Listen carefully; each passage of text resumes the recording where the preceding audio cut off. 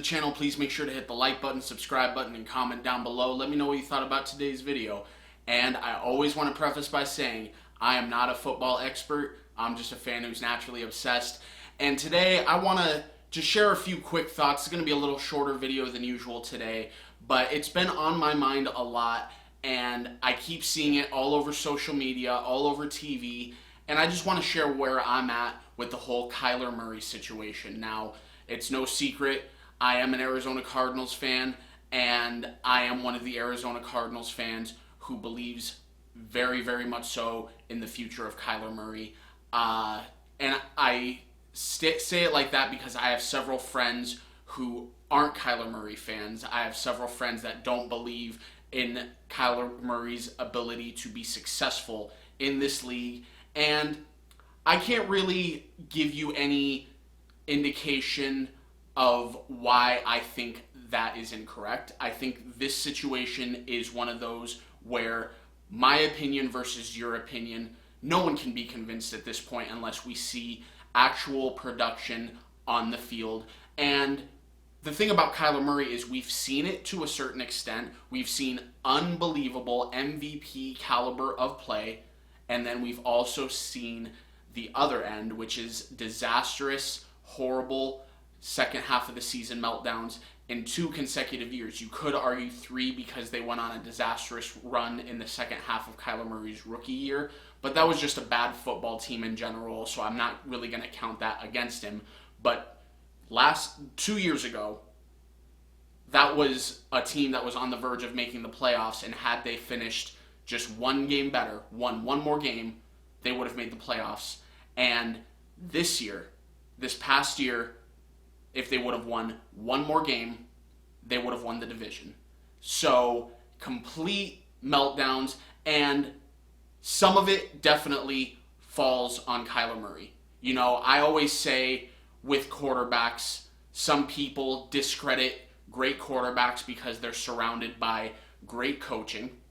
And my argument against that is I'm not going to take the fact that they have a great coach with them and take away from their greatness, which is why I still think Patrick Mahomes is the best quarterback in the NFL. I know he has Andy Reid, who's arguably the best offensive mind in the modern NFL, but it's Patrick Mahomes who goes out there and performs. It's him who executes the plays. It's him that is doing the work. It's just Andy Reid designs the plays.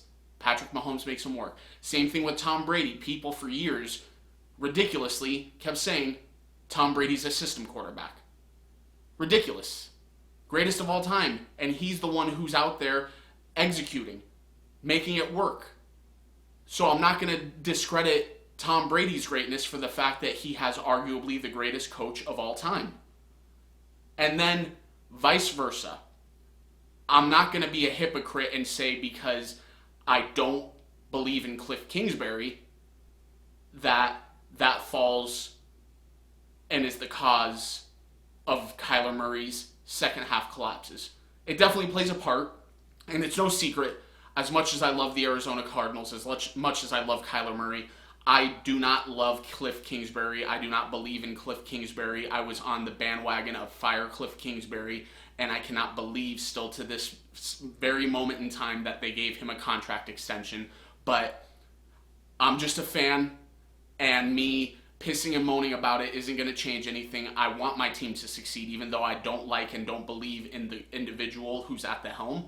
That doesn't mean I want them to fail or not succeed. So we're here right now, and long story short, the point I was trying to make is I'm not going to say, oh, Kyler Murray has terrible coaching. What do you expect? You know what? If you're great and you want to be great, then you have to succeed despite the odds. That's plain and simple. And I put that for every quarterback in the NFL across the board. I don't really care. I will defend you to a certain extent if you have circumstances that are not in your favor. I will. I'll defend you to a certain extent, but at the end of the day, if you want to be considered great, you have to overcome those odds. Joe Burrow, I think, is a top 3 or 4 quarterback already in the league going into his 3rd year because of what he was able to overcome, not only with this organization, but personal struggles. coming off of a devastating ACL injury, coming back and leading your team to the Super Bowl, you, sir, have earned the right to be called great. And Kyler Murray, I love you, I believe in you, and I think you are going to be one of the best quarterbacks in the league eventually. But you haven't proven shit.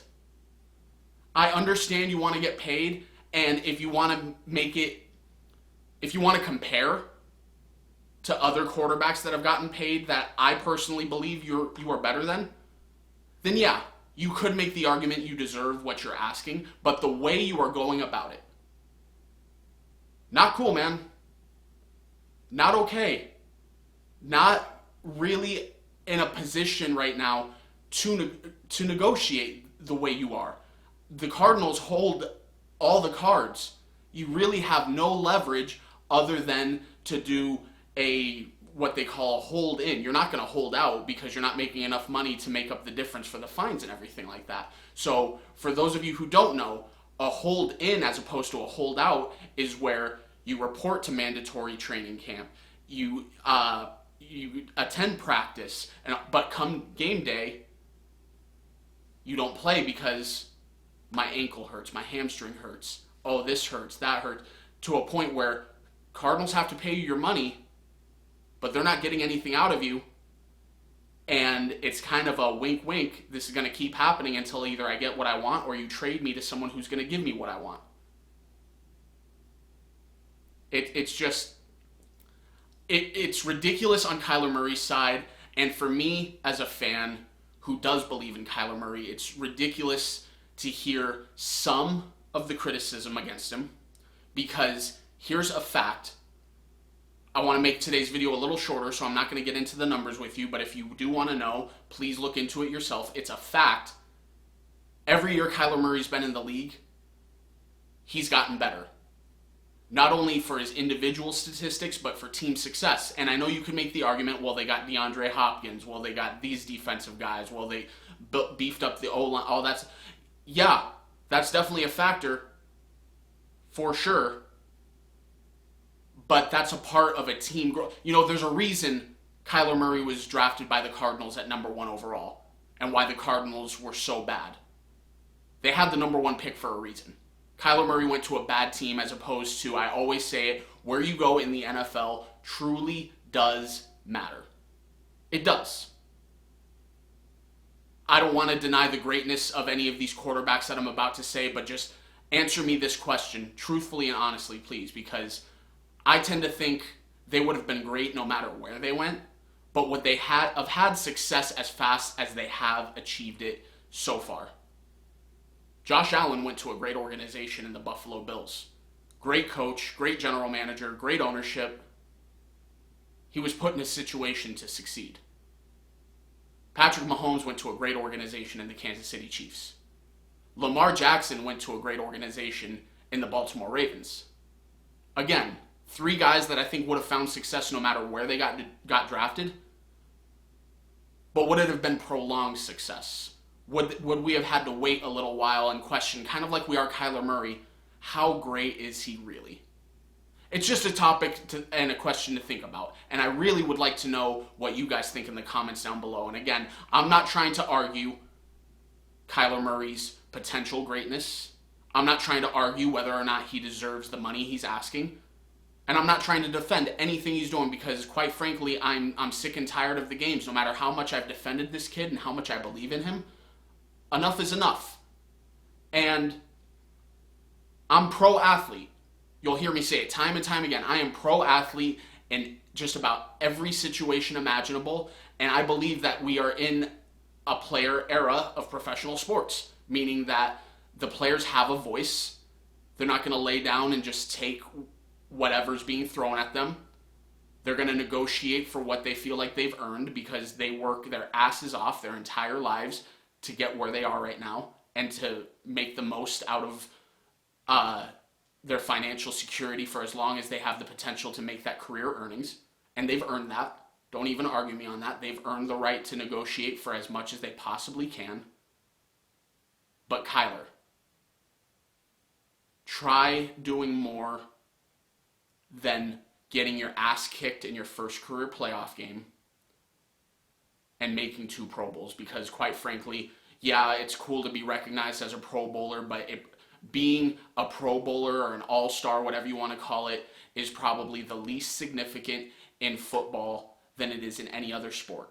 If you want to signify greatness in football, All Pros, that's where it's at. I could absolutely care less about Pro Bowls. It's cool. It's like, hey, the Cardinals had 4 Pro Bowlers, 5 Pro Bowlers this year, whatever. But I always pay attention personally to how many members of my team made an All-Pro team.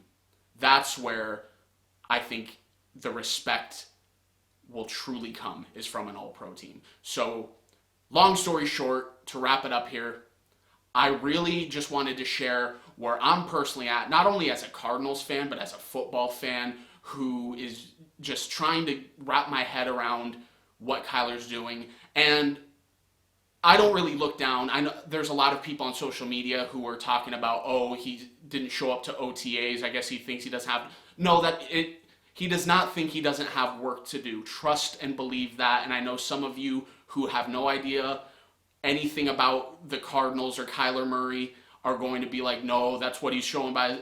You're ridiculous. This is a business decision. Whether or not he's handling his business the right way, that's a topic that is up for debate that I would like to know what your thoughts are on. But I don't look too much into it. Trust and believe he is working on his game. To what degree, I cannot say, but he is working. And from everything I'm hearing, everything that's going around the league right now, he will show up for mandatory off-season training camp. And we're just going to have to see where it goes. I'm still of the belief that Kyler Murray is going to get paid. What that looks like, I don't know, because if the Cardinals would have paid him initially when this story came out, I believe he probably would have made roughly around 41 million per year. But with the quarterback market going where it is right now, I don't know. And it's always so funny to me because there's so many fans like you and me who talk about, oh, he's not worth that. That's insane. They're overpaying. No one is overvalued or undervalued in sports. You know what you're worth? You're worth as much as someone is going to pay you. Plain and simple. Someone like me does not have a right to be like, oh, he's not worth it. I can tell you that I wouldn't have paid that for him if I was in charge. I can definitely say that, but I'm not going to sit there with the audacity to be like, oh, you're making too much money. No. Someone was willing to pay it. That's what he's worth. Plain and simple. But please, guys, let me know what you think down in the comments below. I'd really like to know where you're at. I always try to put biases aside, and I feel like I'm doing that right now because I'm being so honest, being like I'm fed up with this whole situation, just get it over with. But let me know in the comments down below what you think.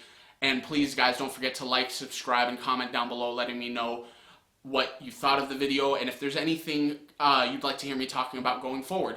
And I will talk to you guys later. Thanks, guys.